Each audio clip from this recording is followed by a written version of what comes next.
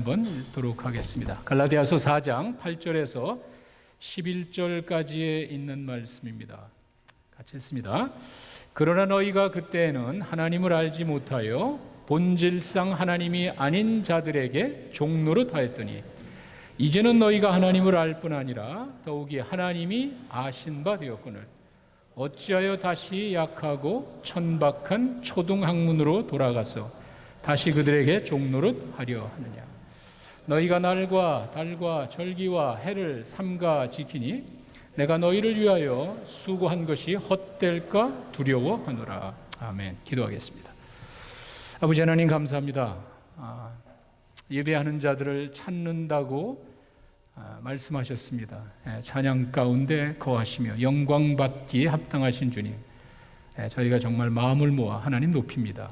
이 자리에 임하셔서 우리의 예배를 받으시고 우리 가운데 임하셔서 저들의 마음의 소원을 이루시고, 특별히 무거운 짐이 있습니다. 육체적인 연약함으로 병석에 있는 우리 사랑하는 교우들이 있습니다. 주님을 간절히 사모하며 기다리고 있습니다. 주님께서 임하셔서 어루만지시고 감싸시고 위로하시고 힘주시고, 참 주님이 주시는 치유와 회복을 맛보는 귀한 시간 되게 하여 주시옵소서.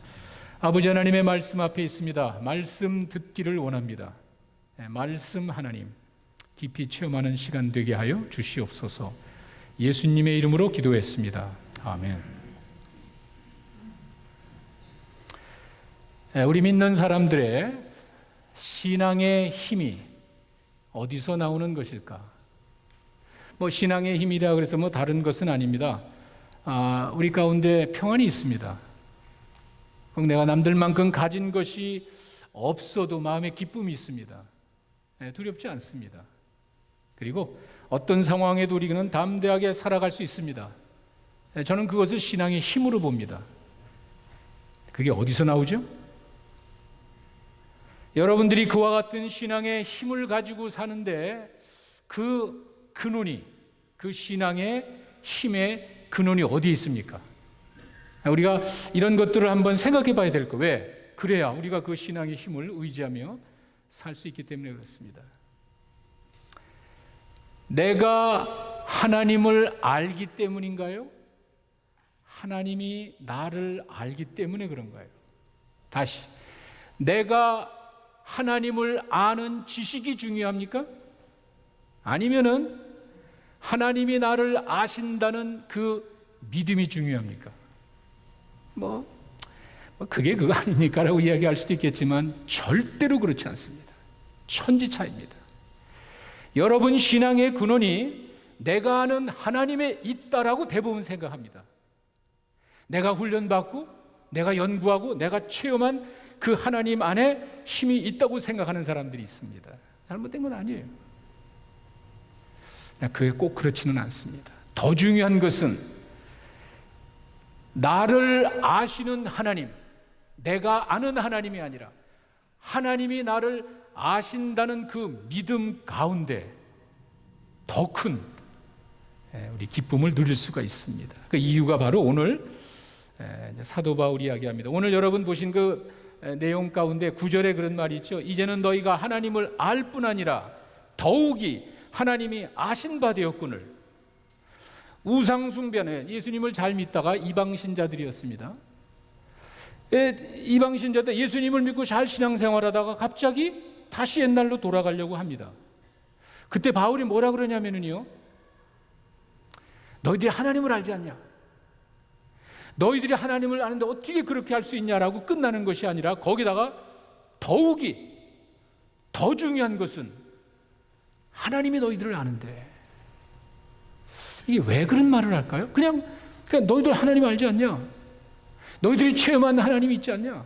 그것으로 호소해도 되는데 왜 바울이 더 중요한 것은 너희가 하나님 아는 것 정도가 아니라 더 중요한 것은 하나님이 너희들을 알고 계신데 왜 우상숭배로 가느냐? 여러분 제가 아까 말씀드렸듯이 이 말씀을 좀 듣고 있는 갈라디아 교인들은요, 이제 우상숭배, 하나님을 모르던 시절에 그냥 자기들 마음대로 자유분방하게 우상을 섬기며 살았던 사람이었습니다. 그런데 이들이 어느 한순간에 다시 그 신앙에서 떠나가지고 이제는 옛날 거를 자꾸 쳐다보는 거예요. 돌아가려고 그러는 거예요. 그런데 여기서 여러분이 한 가지 좀 주의하셔야 될 것은요, 갈라디아 교인들을 두고 이야기하는 게 사실은 아닙니다. 우리 모두에게 그런 요소가 있습니다. 하나님을 모르고 살다가 이제는 복음을 접하고 예수 믿고 구원받아서 정말 기쁨이 있었습니다. 정말 내 마음속에 그 아픔이 있고 참 힘든 그 과정을 이겨나가는 체험도 있었습니다. 하나님을 만나는 그 기쁨이 있었습니다. 그런데 왠지 모르게 그 믿음이 약해지는 거예요. 상황이, 나의 부족함이 그걸 가만 놔두지 않는 거예요. 그게 사람 사는 것 아닙니까? 내 생각대로 안 되잖아요. 또 내 뜻대로 안 되잖아요. 내 기도가 즉각 이루어지는 것도 아니잖아요. 그러니까 사람들은 뒤를 돌아보는 거예요. 그랬을 때 사도 바울이 이야기를 합니다. 너희들 하나님을 알지 않냐? 하나님을 만나지 않았느냐? 뿐만이 아니라 하나님이 너희들을 아는데. 이게 왜 이런 말을 하냐면, 여러분, 우상숭배는요, 뭐 이렇게 금송아지 만들어 놓고 거기다 절하는 것만이 우상숭배가 아니죠. 내가 제일 좋아하는 거 있잖아요. 말은 하지 않지만 내가 의지하는 게 있잖아요. 내가 겉으로는 표시하지 않지만 옆에서 사람들이 보면 이 사람이 지금 뭘 사랑하고 뭘 의지하며 사는지 보이잖아요. 그게 우상이에요. 하나님을 믿고 하나님을 사랑한다고 이야기하면서도 언젠가 보면은 옛날 그 모습으로 돌아갈 때가 있잖아요. 그때 거기다 대고 바울이 뭐라고, 너희들 하나님을 알지냐가 아니라 하나님이 아는데 왜 글로 가느냐. 우상은요, 내가 부족해서 뭔가를 얻기 위해서 사람이 만들어 놓은 거예요. 여기서 성경에 나오듯이 진짜 신이 아니라, 신은 그건 그거 없고, 우상 숭배라는 건 내가 부족하니까 의지할 대상을 내가 만들어 놓고 자기 만족에 빠지는 게 우상이에요. 내가 만들어 놓은 거예요. 거기다 대고 이야기하는 건, 하나님이 너희들을 아는데 뭐가 부족해서 그 우상으로 돌아가려고 그러느냐. 바울이 자신의 그 안타까운 심정을 이렇게 이야기를 하고 있습니다. 제가 아까 여러분들에게 말씀드렸습니다. 내가 하나님을 아는 지식이 중요한지 한번 생각해 보세요. 내가 하나님을 아는 지식이 중요한지, 하나님이 나를 아신다는 믿음이 중요한지 가만히 한번 생각해 보세요. 어느 게 더 여러분들에게 힘이 되는지 한번 생각해 보십시오. 사실 우리들의 지식은요, 상당히 제한되어 있습니다. 우리 인간이 부족하기 때문에 그렇지만은요, 더 중요한 거는요, 유동적입니다. 여러분이 알고 있는 지식은요, 수시로 바뀝니다. 내 환경에 따라서 달라지고요, 언제는 이것이 나에게 참 유일한 소망이었는데 환경이 바뀌니까 그렇지도 않아. 아니, 이거보다 더 좋은 것이 나오니까 이전에 내가 좋았던 것이 별 의미가 없어.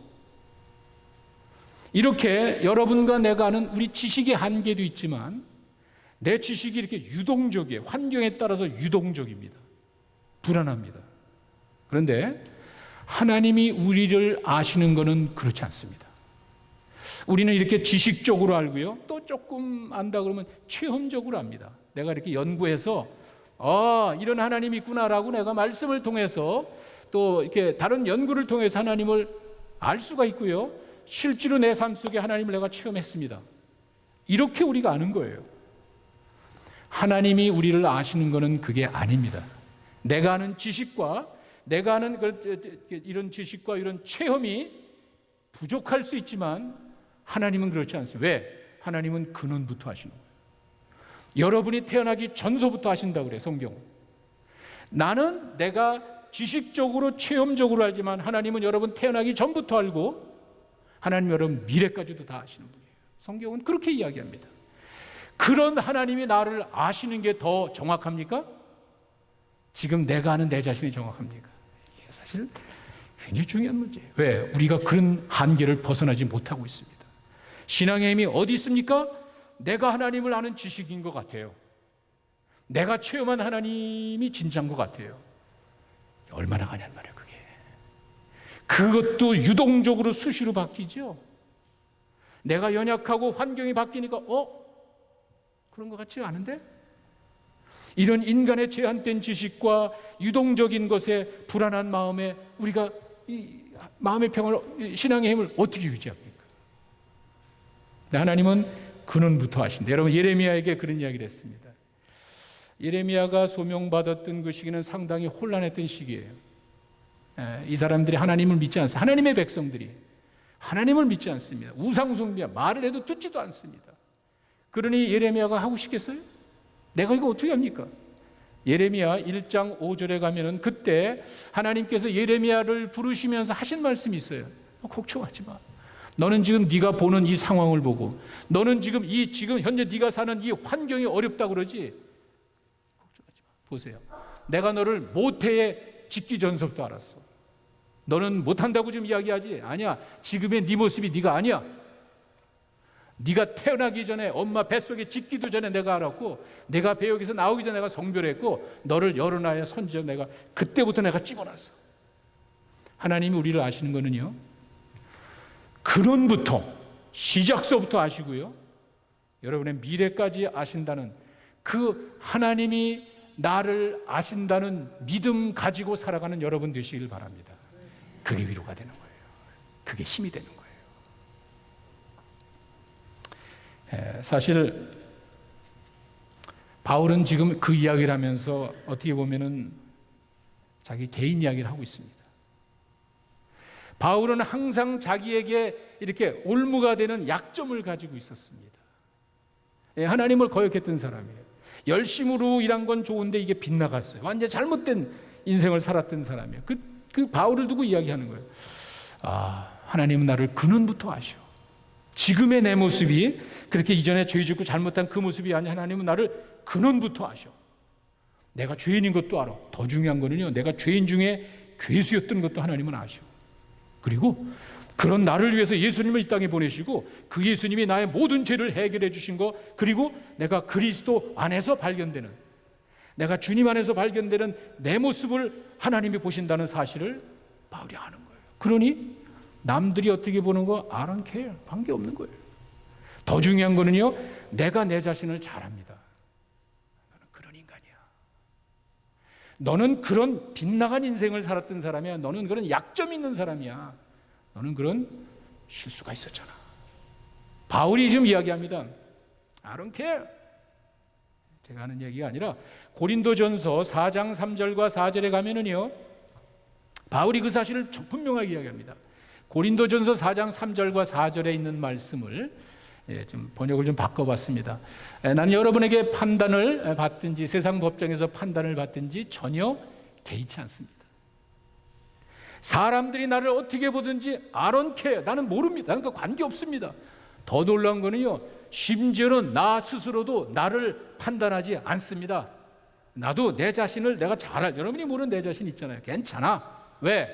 그 다음에 뭐라 그러죠? 나는 양심에 걸리는 것이 조금도 없습니다. 그렇다고 해서 내가 흠이 없다는 말이 아닙니다. 마지막에 있는 말씀 같이 한 목소리 읽겠습니다. 나를 판단하시는 분은 주님이십니다. 이 믿음 가지고 사시는 여러분 되시기 바랍니다. 나의 허점만 보잖아요. 여러분들은 나의 잘못된 것만 생각나고 실수한 것만 생각나잖아요. 나는, 바울이 이야기하는 근원부터 아셔. 내가 죄인이고 죄인 중에 괴수라는 사실도 주님은 다 아셔. 그리고 더 놀라운 거는 주님 안에서 내 모든 죄 문제가 해결되고 거듭난 이제는 새로운 피조물이라는 사실을 주님이 아셔. 주님은 그것만 보고 계신 거예요. 나를 판단하는 것은 여러분이 아니에요. 내가 아니에요. 주님 안에서 발견된 여러분만 바라보시는 하나님께 감사와 찬양을 드리는 여러분 되시기를 바랍니다. 그게 중요하잖아요. 그게 신앙의 힘이 거기서 나오는 거예요. 내 마음도 약해질 수 있습니다. 내 아는 지식도 무용지물이 될 수도 있어요. 그러나 하나님이 여러분들을 향한 그 마음은, 하나님이 여러분들을 보시는 그 환경은 절대로 바뀌지 않는다는 사실을 여러분 믿으시기 바랍니다. 그게 힘 아니에요? 우리 신앙의 힘은 내가 하나님을 아는 지식이 아니라 하나님이 나를 아신다는 확신에서 온다는 사실을 여러분 믿고 사시기 바랍니다. 제가 어느 광고 동영상인 것 같아요. 뭔지 잘 기억이 안 나는데 머릿속에 좀 기억이 남는 게 어떤 이제 광고에 나오는 짧은 이야기인데 이게 아주 인상적이고 머리에 콱 박혔습니다. 이게 뭐냐면 어린아이가 꼬마가 야구를 배우는 거예요. 동네 야구 클럽에 조인했거든요. 그러니까 아버지가 치는 거, 때리는 거, 공 잡는 거 열심히 가르칩니다. 왜? 우리 아들이 나가서 잘해야 되니까. 근데 이제 게임 시작 때가 돼가지고 동네 사람들 다 모이는 자리에서 꼬마들이 나가서 야구를 합니다. 뭐 부모들이 자기 아이들 나오면 그냥 와 환호하고 응원하고, 이 친구 타순이 딱 됐어요. 이 친구가 이제 땅 걸어나가 사람들이 막 박수치고 막 근데 이놈은 나가다가 사람들이 막 하는 거 쳐다보지도 않아. 두리번두리 찾는 거야. 우리 아버지. 자기 아버지를 쳐다보는 거예요. 그 많은 사람들 가운데 아버지 눈이 딱 맞으시니까 이놈이 힘이 나는 거야. 왜? 아버지 손이 올라가 있어요. 네가 최고야. You can do it. 그 아버지가 그 눈이 마주치자 그냥 손을 괜찮아. 그 이놈이 막 힘을 얻어가지고 자신감을 가지고 나가서 치는 거예요. 근데 삼진아웃 당했어. 그것만 가지고 되는 건 아니더라고요. 보기 좋게 스트라이크 아웃을 당하는 거야. 그러니까 얼마나 실망해, 창피해. 사람들이 이러고 그냥 너 막 이러는데 이놈이 그 가운데서 또 두리번 거들이 아버지를 찾는 거예요. 아버지가 아직도 이러고 있다. 괜찮아. 이렇게 이놈이 그걸 보고 힘을 얻는 거예요. 주님께서 여러분들을 위해서 희생하시고 주님이 여러분들을 사랑하시는 그 마음을 가슴에 품고 사시는 여러분 되시기를 바랍니다. 내 지식은 부족할 수 있는 거예요. 내 체험은 제한되어 있는 거예요. 그러나 하나님의 마음은 끝이 없고 하나님의 사랑은 변함이 없기 때문에 그 완전하신 그 하나님의 사랑으로 우리를 바라보시고 흔들리지 않는, 환경에 좌우되지 않는 하나님께서 여러분들을 사랑의 눈초로 바라보신다는 그 사실을 믿으시기 바랍니다. 거기서 오는 거예요. 바울이 지금 갈라디아 교인들에게 그 이야기를 하고 있는 거예요. 하나님이 우리를 아시는데 왜 거기다 덧붙이냐 이거예요. 이 갈라디아 교인들이 옛날에 막 이렇게 살다가 멋대로 살다가 이제 예수님 믿고 너무 좋잖아요. 하나님의 자녀거든, 위대한 그런 축복의 자녀에 들어간다는 기쁘잖아요. 감격하잖아요. 그런데 기도 응답이 안 돼. 그런데 왜 이렇게 자꾸 어려운 일이 생기나 모르겠어. 내 생각들이 이래 되지 않을 뿐더러 기도해도 응답이 없어. 그러니까 거기다가 옆에 있는 사람이 부추기는 거야. 야, 그렇게만 하면 되는 게 아니야. 나 할례 받아야지. 유대인들 봐, 유대인들 수천 년을 할례 받았는데 나 예수 믿었다 그래도 되겠어? 하나님을 기쁘시게 하려면은 네가 거기다 좀 추가를 해야지. 이런 식으로 옆에서 부추깁니다. 그러니까 과거에 했던 그 모습같이 나의 부족함을 가지고 안 되겠다. 이거 내가 뭔가 좀 더 의로운 선한 행위로 하나님 앞에 좀 인정을 받아야 되겠다. 이런 생각으로 나아가니까 다시 율법으로 돌아가는 거예요. 거기다 대고 이야기하는 거예요. 하나님이 너를 보고 네가 하나님 볼 때는 부족하지. 내가 하나님 앞에 설레니까 이게 부족하지, 연약하지. 하나님이 너를 보고 계셔. 그리스도 안에서 거듭난 너를 보고 계신 거야. 그 하나님이 너를 보고 계시고 사랑하고 계신데 거기 뭐가 부족해서 덧붙이려고 그래. 거기 뭐가 더 부족해서 추가하려고 그래. 하나님이 우리를 향하신 사랑의 눈초리로 보고 계실 때 부족함이 없습니다. 그런 하나님이 나를 사랑의 눈초리로 바라보시고 하나님이 나를 바라보신다는 그 믿음 가지고 살아가는 여러분 되시기를 바랍니다. 저는 이게 갈라디아 교인들의 이야기가 아닌 것 같아요. 우리 모두의 이야기인 것 같아요. 성경에 그런 사람이 있었습니다. 엘리야라는 위대한 선지자가 있었죠. 그 당시에 이스라엘 백성들이, 하나님의 백성들이 다 떠나서 우상으로 갑니다. 그리고 그 당시에 얼마나 많은 우상이 퍼져나갔냐면요, 바알의 선지자가 수백 명인데 한 450명. 아세라는 그 바알의 여신이에요. 바알의 그 여신인 아세라를 섬기는 선지자가 400명. 그 당시에 그 왕 옆에 850명의 우상 숭배하는 선지자들이 있었어요. 하나님께서 엘리야한테 가는 거야. 야, 네가 가라. 그래서 예레미야가 갈멜산에다가 850명을 다 초대했어. 그 왕 밑에서 얻어먹는 그런 아부아번 그런 선지자들, 바알과 아세라 선지자 850명이 산속에 와가지고 기다리고 있는 거예요. 그리고 엘리야는 혼자 가는 거예요. 850대 1의 싸움을 좀 하는 거예요. 야, 해봐. 뭐 거기다 번제, 그러니까 막 나 장작더미에다가 놓고 재물을 갖다 놓고 하늘에서 불이 번쩍하면은, 신이 있으면은 번쩍하면은 불타오르면 그 사람이 이기는 거예요. 뭐 이쪽에서 그냥 난리치고 하루 종일 했는데 아무것도 없어. 그러니까 엘리야가 야야 좀 더 크게 해봐. 너 신이 좀 잠자는지 어떻게 하냐? 어디 놀러 갔나 보지? 빨리 해. 아무리 해도 nothing happen. 그때 이제 엘리야가 사람들에게 이야기합니다. 그 장작더미 위에다가 물을 갖다 부래. 그리고 그 장작더미에서 물이 흘러나와가지고 도랑이가 콜콜 넘칠 정도로 아주 장작을 완전히 젖게 만든 거예요. 왜? 확실한 하나님의 역사를 믿기 때문에. 캘리포니아에 같이 그냥 이게 헛바람이 불고 그냥 천둥 번개 치면 그냥 거기서 그냥 휙 해가지고 혹시 accidentally fire가 돼, 그게 아니라, 그런 식으로 불나는 게 아니라 확실하게 온팡 젖어가지고 이거는 정말 하늘에 무지무지한 불이 아니군 탈 수 없을 만큼 완전히 젖게 만든 거예요. 기도하고 그 놀라운 역사가 일어났습니다. 거기 쫓아다니던 그 아부하던 선지자들 다 죽여버렸습니다. 문제는 그 다음 날이에요. 자, 이와 같은 엄청난 일을 이루고 난 다음 날 그 왕의 와이프가, 성경의 가장 무서운 여자 이세벨, 치가 떨리고 아주 그냥 소름 끼치는 그 여자가 그 얘기를 듣더니 내 밑에 있던 선지자를 다 죽여? 이놈 봐라. 그러더니 열왕기상 19장 2절에 가니까 이렇게 말합니다. 내가 내일 이맘때에 반드시 내 생명을 저 사람들 중에 한 사람같이 내가 죽여버릴 거야. 데트 노리스야. 넌 아주 반드시 내가 죽여버릴 거야. 근데 놀라운 거는요, 이 얘기를 들은 엘리야의 모습이에요.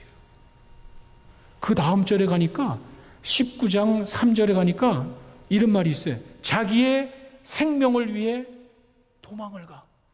여러분 믿어집니까? 아니 어제까지 그렇게 엄청난 하나님의 역사를 위대한 선지자가 날 죽여봐. 왜 그렇게 못하지? 아니 그렇게 하나님의 엄청난 일을 이뤘던 그 위대한 선지자가 자기 생명을 구하려고 주랭랑을 쳐? 어떻게 이렇게 되지? 그게 사람이에요. 그게 엘리야가 가지고 있는 신앙이에요. 위대한 것 같죠? 엘리야가 아는 하나님이 대단한 것 같죠? 하늘에서 불이 떨어져 가지고 수백 명의 거짓 선지자들 죽여버리고 막 불덩이가 떨어지는 그게 대단한 것 같죠? 그것도 바뀌는 거예요. 그 신앙도 부족한 거예요. 도망가잖아요. 이세벨 이 사람은 북왕국이거든요. 저 북쪽 갈릴리, 지금은 시리아 그쪽 사람인데 엘리야가 어디로 도망갔냐면 애굽 밑에까지, 그 시리아에서 예루살렘 가서 시내 광야 저 호렙산 밑에까지 도망갔어요. 남의 나라 영토까지 도망갔어요. 겁이 나가지고. 엘리야가 아는 하나님이 어떤 하나님이죠? 우리가 이런 엘리야의 모습을 보면서 생각할 수 있는, 가만히 있어봐. 엘리야가 어떤 하나님을 믿었지? 엘리야가 아는 하나님의 지식이 어떤 거지? 어쩌면은요, 하나님은 무관심한 분이에요. 아니 하나님의 종이, 그렇게 큰 일 했던 하나님의 종이 지금 죽게 되는데 하나님 그냥 I don't care? 어디 가시는지 신경 안 써요. 지가 죽겠다고 내일 이 여자가 이를 갈면서 군대를 동원해가지고 엘리야를 죽이겠다는데 하나님 관심도 없는 거예요. 하나님 무관심. 엘리야가 그런 하나님을 생각한 거예요. 그렇지 않아요? 아니면은 하나님은 힘이 없는 것 같아. 자기 생각에 큰 역사를 이뤘지만 이런 상황에서 하나님, 그래서 19장 4절에 가면은요, 차라리 죽게 해달래. 선지자가 하나님의 사랑이, 하나님의 사람이 차라리 죽겠대. 뭐 죄송, 이게 맞는지 모르겠지. 자살하고 싶은 충동을 느끼면 에이 죽어. 왜? 하나님이 힘이 없으니까 믿을 게 없잖아요. 어떻게 나를 이렇게 만드냔 말이에요. 그게 엘리야가 가지고 있는 하나님에 대한 지식이에요. 아니면은 뭐 하나님이 너무 이기적이라고 생각했겠죠. 하나님 자기의 뜻을 이룰 때는 그 엄청난 역사를 이루고 막 하늘에서 막 불이 떨어지는 기적을 행하고 엘리야 개인적으로 이룰 때는 아무것도 아니라는 거예요. 그 비슷한 적은 우리가 여러 번 느낄 거예요. 하나님의 일을 참 잘 해나가다가 이게 나 개인적인 일이 생기고 개인적인 도움이 필요할 때는 하나님이 그냥 가만히 계신 것 같아요. 이 축복을 움켜쥐고 있는 것 같아요. 그런 경우 있잖아요. 하나님이 너무 이기적이에요. 하나님의 일에만 이런 생각을 가질 때가 있는 거예요. 이게 우리들의 생각이에요. 여러분이 가지고 있는 하나님의 제한된 지식이에요. 거기서 무슨 위로가 됩니까? 거기서 무슨 힘이 나옵니까? 그러니까 도망가죠. 그래서 우리가 아는 하나님에 관한 지식보다 하나님이 나를 아신다는 믿음이 더 중요한 거예요. 내가 하나님의 아신 바 되었다는 믿음 가지고 살아가시는 여러분 되시길 바랍니다. 그게 진짜예요. 고린도전서 8장 2절과 3절에 가면은요, 아주 의미심장한 이야기를 합니다. 이게 우상제물에 관한 이야기예요. 나름대로 유대인들은 자기들 율법에서 지식이 있고 크리스찬은 크리스찬 지식이 있고 안다 그러잖아요. 근데 바울이 이런 이야기를 해요. 너희들이 뭘 아는 줄로 생각하면은 아직도 마땅히 알 것을 모르는 거야. 안다고 떠들어봤자 네가 뭘 체험했다고 퍼쩍퍼쩍 뛰고 네가 지금 안다고 그러지만 그게 아무것도 아니야. 그러면서 뭐라는지 아세요? 내가 뭘 아는 게 중요한 게 아니라 누구든지 하나님을 사랑하면 그 사람은 하나님도 알아줘. 이게 뭐냐면은 내가 하나님에 대해서 진리에 대해서 안다고 퍼쩍퍼쩍 뛰는데 그게 아니야. 너 모르는 거야. 진짜 중요한 게 뭔지 알아? 네가 하나님을 사랑하면은 하나님이 널 알아주는 거야. 그게 중요하다는 거예요. 이거 참 굉장히 새로운 이야기예요. 그리고 우리가 이와 같은 것들은 정말 실제적인 삶 속에서 체험되어지지 않으면은요, 이 말은 이해를 못할 겁니다. 내가 지금 뭔가 안다고 생각해가지고 주어서 기뻐 뛰지만 더 중요한 거는요, 내가 하나님을 사랑하면은요, 하나님이 나를 알아주신대. 그게 더 중요하다는 거예요. 저는 이제 이것을 보면서 이제 우리의 지식의 어떠한 그 내용을 한번 생각해봤어요. 우리가 하나님을 안다는 것은요, 상당히 제한되어 있다는 이런 말입니다. 마리아, 예수님의 어머니 마리아가 처녀 아마 티네이저 12살 그럴 거예요. 그 당시 이제 여자아이들이 시집 청혼해가지고 그냥 가서 생활하는 게 12살, 11살, 13살 그렇대요. 그러니까 하여간 그 어린 나이에 있는 마리아에게 천사가 오더니 듣기 좋은 이야기 하는 거예요. 은총을 받은 자요, 좋은 얘기 막 하더니 덜컥 너 임신할 거야. 이게 무슨 소리예요, 이게. 아무리 좋은 얘기지만 내가 어떻게, 이제 사실 약혼하고 있었거든요. 요셉이랑 이제 결혼하기 약속했는데 내 몸에 아기가 있을 거, 임신할 거래. 이건 말도 안 되죠. 처음에 마리아는 당황했을 거예요. 그러면서 이제 그 천사에게 따지는 거예요. 누가복음 1장 34절에 내가 남자를 알지 못하는데 어떻게 이런 일이 일어납니까? 그렇잖아요. 여러분, 내가 남자를 모르는데 어떻게 나에게 임신이 됩니까? 무슨 말이죠? 여자를 구분을 못한다는 건가요? 이 지식적으로 안다는 건가요? 그게 아니죠. 남자 여자 구분을 할 줄 알죠. 여기서 안다는 거는요, 성경에서 안다는 거는요, 체험적으로 하는 거예요. 체험적으로. 내가 남자를 체험해 본 적이 없는데, 내가 남자랑 성관계를 가져서 그렇게 알게 된 적이 없는데 어떻게 내가 임신을 합니까? 그 얘기를 하고 있는 거예요. 지식이 그런 거예요. 여러분들이 하나님을 아는 지식이 어떤 건가요? 사람들 지식 많이 가질 수 있죠. 하나님, 어쩌면 여러분들보다 교회 바깥에 있는 사람이 하나님을 더 잘할 수도 있습니다. 제가 지난주에 잔치 때 한 그 메시지에 나오는 그 여자분, 여러분 기억나실 거예요. 시라큐스 대학의 영문학 교수입니다. 아주 브릴리언트, 아주 최고의 지성인입니다. 시라큐스 대학에서 영문학을 가르치면서 자기의 최고의 지성을 자랑하면서 살았던 그런 여자입니다. 게이예요. 레즈비언이에요.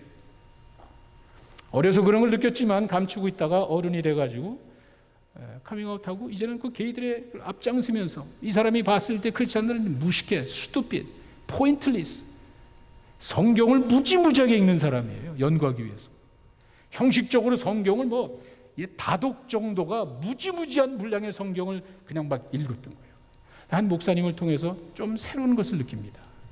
그리고 눈이 달라지는 거. 그러더니 이제는 성경을 읽는 걸 계속 똑같이 읽는데 마음이 달라지고, 마음이. 전에는 연구하기 위해서 형식적으로 성경을 읽는데 이제는 그 목사님의 하나님을 내가 좀 만나고 싶어. 이 목사님의 기도와 이 사람의 모습이 다르니까 그 하나님을 내가 좀 만나고 싶어. 그런 마음으로 성경을 읽잖아요. 바뀌잖아요. 이 사람이 그렇게 해가지고 하나님을 만나고 나니까 인생이 달라져. 이 옆에서 목회하고 있잖아요. 그 게이, 레즈비안이었던 그 사람이 지금 개혁 장로교회 목사님의 사모가 되고 내 아이의 엄마가 되잖아요. 그 크리스찬이 돼가지고 지금 사람들에게 자기의 간증을 통해서 복음 증거하잖아요. 이게 어떻게 된 일이죠? 여러분이 하나님을 아는 지식이 어떤 거냐 이거예요. 내가 아는 하나님의 그 지식이 그저 단순히 머릿속에서만 있는 그런 지식인지 아니면 정말 인격적으로. 내가 인격적이라니까 그럼 그 목사님이 무슨 말입니까? 고백이 있었냐 이거예요. 여러분의 신앙생활 가운데 제가 통나무, 고목나무 밑에 가서 야 고목나무야 내가 미안해. 내가 정말 너 그렇게 안 하죠. 비생명체에다가 비인격체에다가 가가지고 내가 좀 마음이 아파. 이건 바보지요. 우리가 믿는 신앙의 대상은 비인격체가 아니잖아요. 살아계신 분 아니에요. 그분의 형상으로 여러분이 태어난 거예요. 우리가 생각하고 판단은 거기서 온 거예요. 그냥 주어진 게 아니에요. 여러분만 영원히 살고 싶은 욕망이 있는 거예요. 개나 짐승이 그런 게 아니에요. 그렇게 만들었단 말이에요. 그분한테 가면 되잖아. 그분한테 가서 마음이 아픕니다. 내가 하나님을 모르고 살았던 내 인생이 부끄럽습니다. 죄짓고 거짓말 이런 걸 떠나서 하나님을 모르고 살았던 게 잘못된 거예요. 내가 하나님의 자녀가 되면 영생을 얻는데 그거는 그냥 되는 게 아니에요. 이거는 하나님의 기준에 도달해야 되는 거예요. 죄짓고 말고가 아니에요. 하나님 없이 살았던 것 자체를 내가 부끄럽게 고백을 하는 거예요. 잘못했습니다.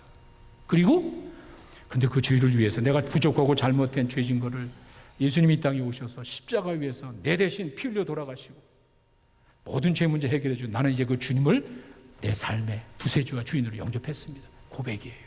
그게 인격적인 만남이에요. 그랬을 때 형식적인 하나님이 아니라 살아계신 인격의 하나님이 여러분들을 만나 주실 줄로 믿습니다. 우리 신앙생활은 그렇게 하는 거예요. 그런 신앙의 고백이 있었습니다. 제가 이걸 또 예를 들면 여기 여러분 교인 많잖아요. 저에게 뭐 이렇게 수백 명 사람들이 있는데 여러분 잘 알죠. 옆에 계신 분 지난주에도 나왔고 이번 주 나오고 뭐 여러분 옆에 분 다 아시죠. 그분의 이름도 알고요. 직책도 알고요. 저 사람이 집사인지 뭐 전도사인지 그것도 아시고요. 목자 뭐 이런 것도 아시고요. 출신도 알죠. 저분이 어디서 뭐 가족도 내가 잘 알고 있죠. 그런데 이제는 이거 큰 공동체에서 내가 조금 좁혀가지고 소그룹으로 들어갑니다. 목장으로 들어가는 거예요. 목장으로 들어가니까 그분이 나를 도와주더라고. 그분이 나의 필요를 채워주더라고. 그분이 나를 사랑하더라고. 그러면 내가 그 사람을 더 알게 되는 거예요. 아까 여러분 말씀 들었죠? 하나님을 사랑하면은 우리가 하나님을 사랑하면 하나님 우리를 알아준다. 그 다른 이야기가 아니에요. 내가 그 소그룹 세팅으로 들어가서 목장에 들어가서 같이 내 삶을 털어놓고 이야기하다 보니까 퍼스널 타치가 있는 거예요. 저 사람이 나를 위해 기도해 주더라고요. 내 필요를 채워주더라고요. 나를 사랑하더라고요. 그 사람에 대해서 내가 좀 더 자세하게 알잖아요. 확실하게 알잖아요. 여러분은 모르죠. 다른 분은 모르지만 저 사람은 나를 도와줄 사람. 저 사람은 진짜 좋은 사람이에요. 왜? 체험했잖아요. 여러분 우리가 아는 지식이라는 게 바로 그런 거예요. 단순한 형식적인 지식이 중요한 것이 아니라 이런 친밀한 관계에서 인격적으로 아느냐 이게 중요한 거예요. 그러다 보니까 그 사람을 깊이 알게 돼요. 더 많이 알게 돼요. 더 이해하게 돼요. 사랑하게 돼요. 섬기게 돼요. 그렇게 아는 사람과 주일 한번 왔다 갔다 하면서 만나는 사람과 관계를 한번 여러분 생각해 보십시오. 제가 왜 이 말씀을 드리냐면요. 하나님은 우리를 관계적으로 만드셨습니다. 그냥 혼자 그냥 모든 것에 부재 셀프 서포트 하라고 나 혼자 살게 만든 게 아니에요. 그냥 인간을 만들고 하나님 이렇게 보시니까 이게 뭔가 좀 부족해. 하나님의 지혜와 하나님의 전능하신 능력으로 세상을 만드시고 야 보기 좋다 그랬는데 혼자 앉아 있는 사람을 보니까 야, 좀 마음이 좀 안 좋아. 그래서 그 도와주라고 옆에다가 가족을 준 거예요. 그래서 가족을 같이 보니까 이게 참 흐뭇한 거예요. 하나님 우리를 그렇게 만들어 혼자 있는 게 아니에요. 혼자 살도록 하는 게 아니에요. 언젠가 그런 때가 오면은요, 내 가족을 찾게 되고 공동체를 찾게 되는 거예요. 혼자 모든 것이 부족함이 없어서 그냥 살 것 같은 착각을 하지 마십시오.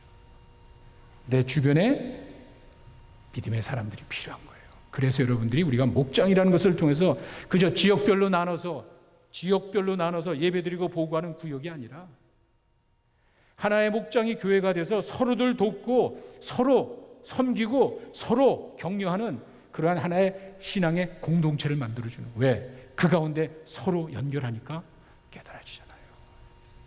이 사람이 이런 분이구나. 가깝게 느껴지잖아요. 여러분, 나는 그런 거 없이 그냥 혼자 살 수 있습니다. 내 삶에 어려움이 왔을 때 여러분 곁에서 도와줄 사람이 얼마나 됩니까? 있습니까? 정말 내 마음을 털어놓고 나의 어려움을 호소할 친구가 얼마나 있습니까?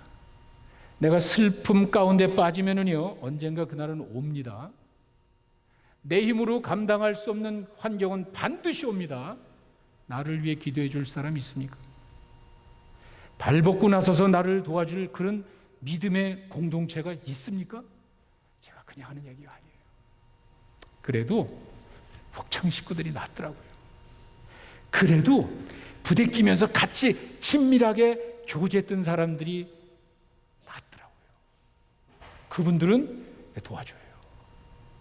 여기서 어려움 겪는데 물론 다 도와주죠. 하지요. 그러나 제가 현실적으로 아주 그냥 실제 여러분에 말씀드리는데 그래도 옆에서 같이 어울린 사람이 먼저 가요. 나에게 그런 어려움이 왔을 때는요, 이건 하루아침에 되는 게 아니에요. 평소에 내가 어떻게 살았냐, 얼마나 사람들에게 내가 베풀며 살았냔 말이에요. 내가 얼마나 다른 사람들에게 도움이 됐냔 말이에요. 내가 얼마나 다른 사람에게 소중한 존재가 됐냔 말이에요. 걷는 날이 온단 말이에요. 그래서 우리를 하나님께서 이렇게 공동체로 살게 하시고 그런 관계를 통해서 깨달아진 그것이 진짜 관계예요. 형식적으로 만나는 건 사실 그래요. 옆에 우리 신앙에 있는 사람이 있다는 게 얼마나 힘이 되는지 몰라요. 보이지 않는 하나님, 영이기 때문에 안 보이잖아요. 이 사랑을 통해서 그걸 느끼는 거예요. 정말이에요. 보이지 않는 하나님을 옆에서 대변하는 그 믿음의 사람들이 있다는 거예요. 예수님이 그러잖아요. 나를 본 자는 하나님을 봤다 그러잖아요. 여러분들을 통해서 그런 하나님의 형상인 하나님의 모습이 드러날 때 하나님께서 기뻐하실 줄로 믿습니다. 사랑하는 성도 여러분, 하나님이 여러분들을 잘 알고 계십니다. 여러분이 옆에 사람이 아는 것보다 하나님은 여러분들을 더 잘 알고 계십니다.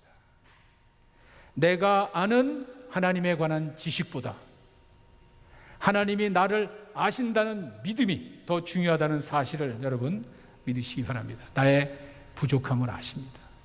나의 불안한 지식을 아십니다. 사랑으로 감싸시는 거예요.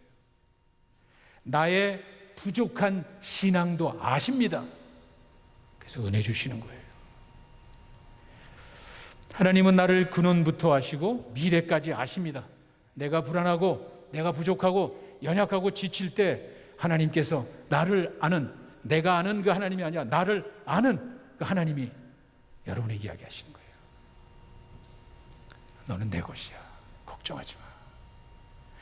너는 나의 사랑받는 존재야. 내가 너를 보배롭고 존귀하게 여기는 거야. 그게 들려요. 그 음성이 들려요. 나를 아시는 하나님에 대한 믿음 가운데서 그 하나님의 변치 않는 사랑과 그 마음 가운데서 음성이 들리는 거예요. 걱정하지 마. 너는 내 것이야. 삼진아웃 당했는데 괜찮아. You can do it. 끝까지 내 자식이니까 내가 변치 않고 지원하는 그 아버지의 마음이 있다는 거예요. 여러분이 아플 때 여러분들이 아는 하나님은 부족할 수 있습니다. 내가 너무 작아질 수 있습니다.